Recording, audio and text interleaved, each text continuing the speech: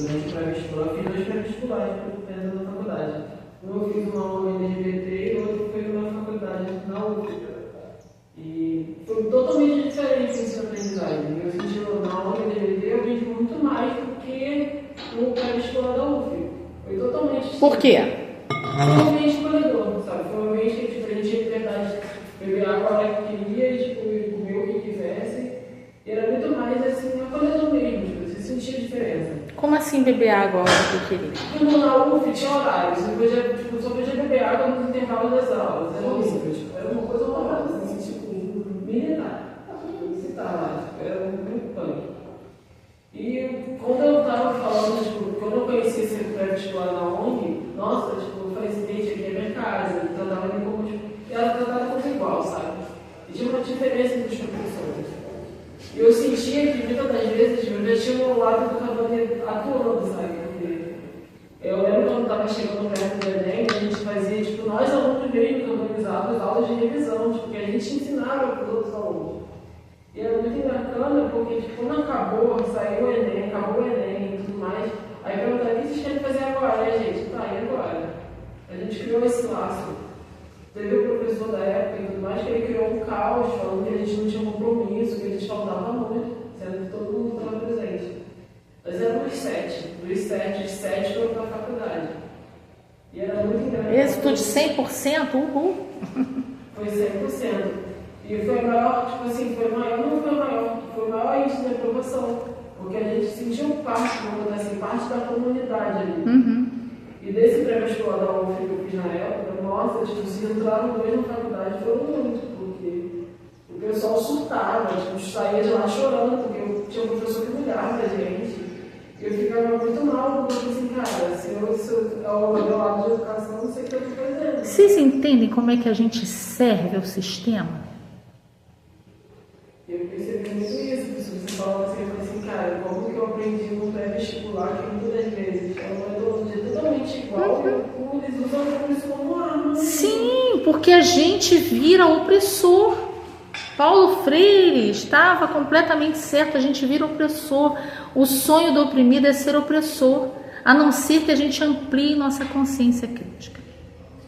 E a gente entenda que a gente pode servir à construção de uma outra forma societária, que não é essa, se a gente quiser, claro.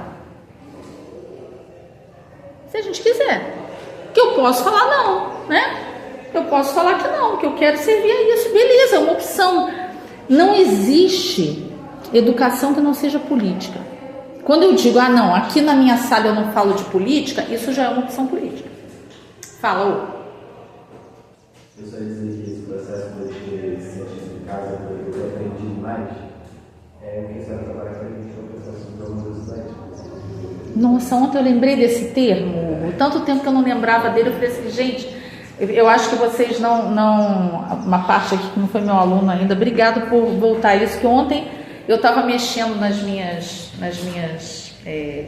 pastinhas lá para pegar umas coisas para aula de hoje à tarde, e eu achei a minha pastinha. Eu acabei de pesquisar aqui no Google e tipo, aí ela não fala nada sobre isso. Não, é um termo só tem novo. um link pro Instagram que dá em alguma coisa que dá o UFRJ.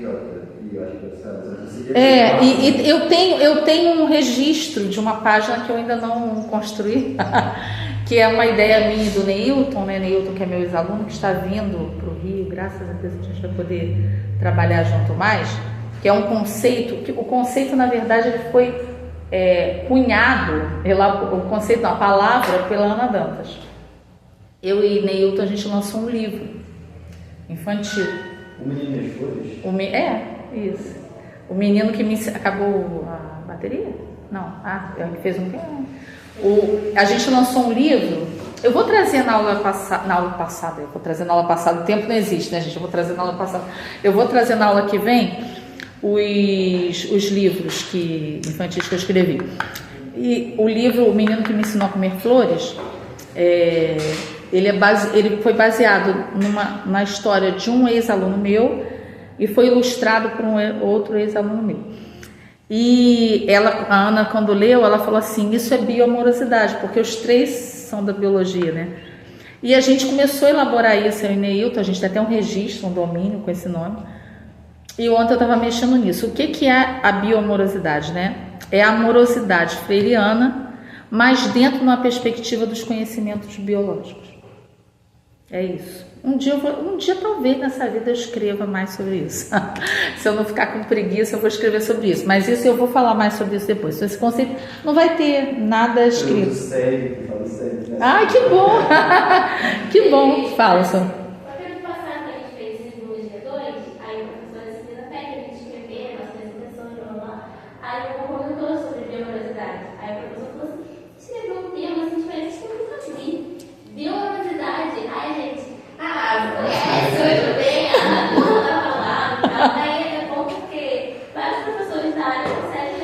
Sim. Relacionar isso, assim, nossa, que interessante, você falou, disserte mais sobre, né? Você tá falando. Você tá. Então você tá me. Olha, como nada acontece por acaso, né? Ontem eu mexi nisso e hoje você tá lembrando, ou seja, eu tenho que escrever alguma coisa sobre isso mais consistente.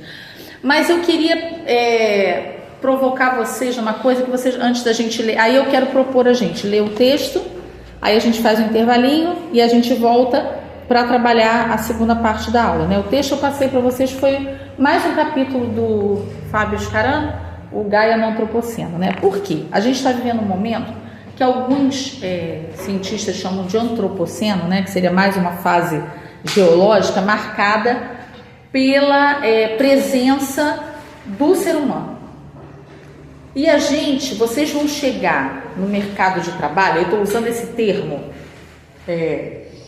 de forma proposital, né? Vocês vão chegar no mercado de trabalho numa sociedade com muitas questões e uma sociedade que a gente está vivendo em transição. Eu brinco que a gente está no momento do limbo, né?